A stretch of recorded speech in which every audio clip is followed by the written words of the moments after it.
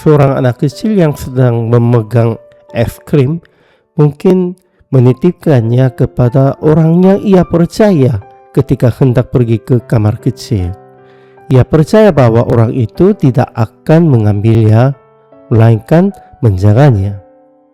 Demikian pula para pekerja menyisihkan sebagian gajinya mereka dan menyimpannya di bank dengan harapan mendapat bunga.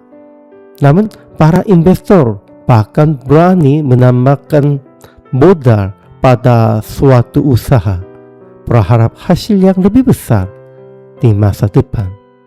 Mereka mengambil risiko karena percaya pada potensi yang ada.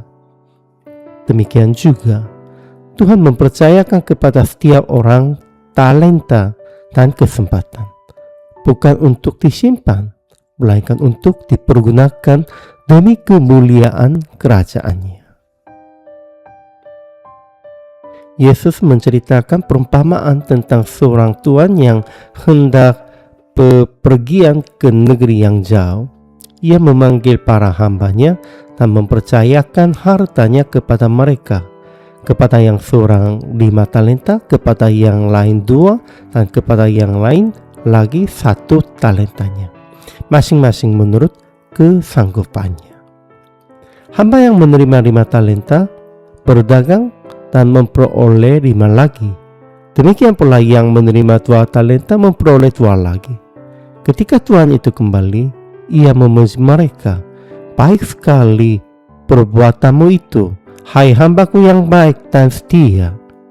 Engkau telah setia dalam perkara kecil, aku akan memberikan kepadamu tanggung jawab dalam perkara yang besar.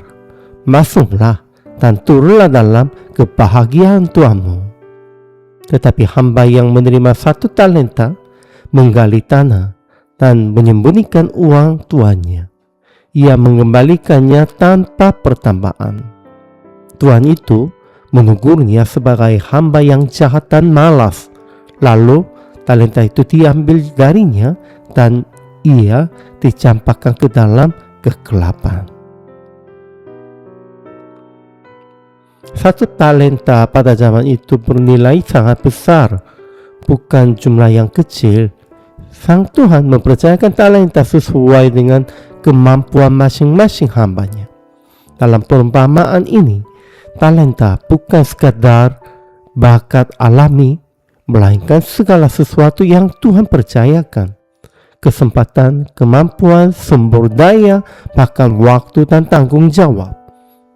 Tuhan tidak hanya memberi kemampuan, tetapi juga ruang untuk mengembangkannya. Hamba yang menerima 5 dan 2 talenta memanfaatkan kepercayaan itu. Mereka tidak hanya menyimpan, tetapi berusaha.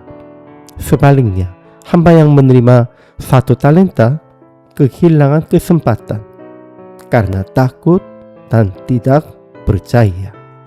Ia tidak mengenal hati Tuhannya, sehingga memilih menyembunyikan apa yang dipercayakan kepadanya.